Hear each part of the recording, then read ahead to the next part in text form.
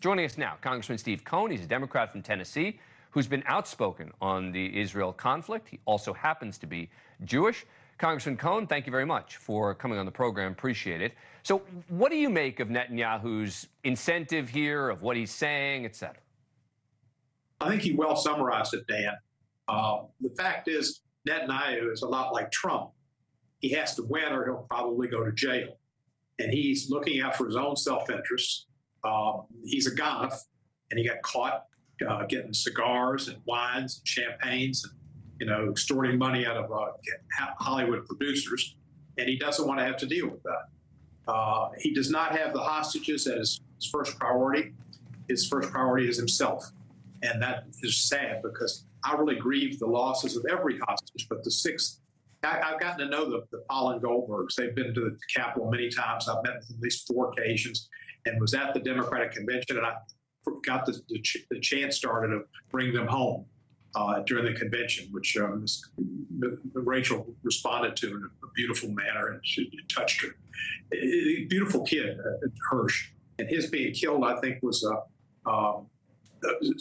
tragic.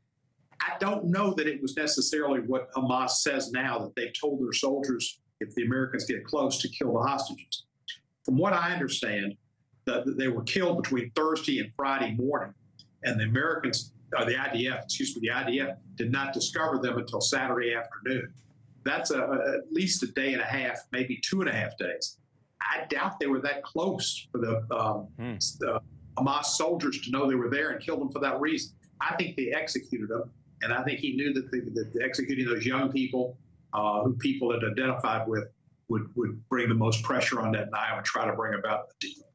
But would you agree with me that what Netanyahu did in the first 6 months is probably what just about any Israeli prime minister would have done, and that the change is about what happens after that first response?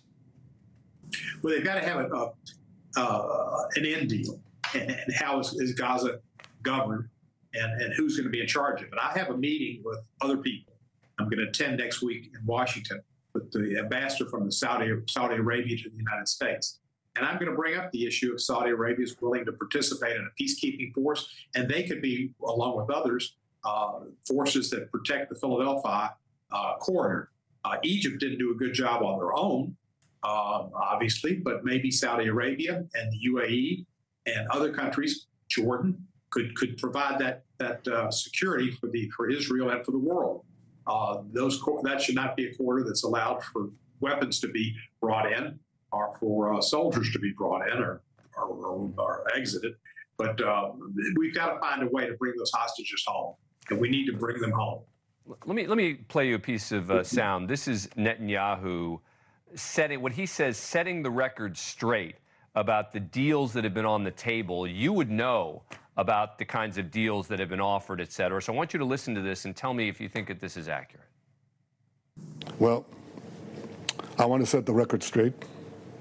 On April 27th, Secretary of State Blinken said that Israel made an extraordinarily generous offer for a hostage deal. On May 31st, Israel agreed to a U.S.-backed proposal. Hamas refused. On August 16th, Israel agreed to what the United States defined as a final bridging proposal. Hamas refused again. Congressman, is that true? I don't really trust Netanyahu at all. He's a politician who's at risk for losing his liberty, and he will do anything. I didn't attend his first speech to Congress about 5 years ago, and I didn't attend this one because I don't respect the man. I met in June with about 4 or 5 or 6 other Congress people and him in the Knesset, and at the time he told us he would not do anything to challenge Biden again publicly, and the next day he did. So, he says things in private, but then he says differently in public.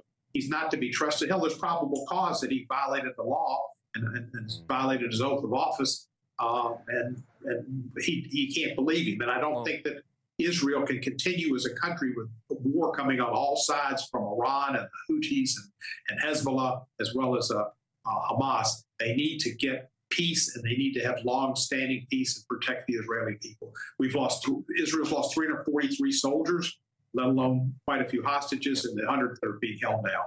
Thanks for watching. Go to joinnn.com to find NewsNation on your screen. And don't forget to click the red subscribe button below to get more of NewsNation's fact-driven, unbiased coverage.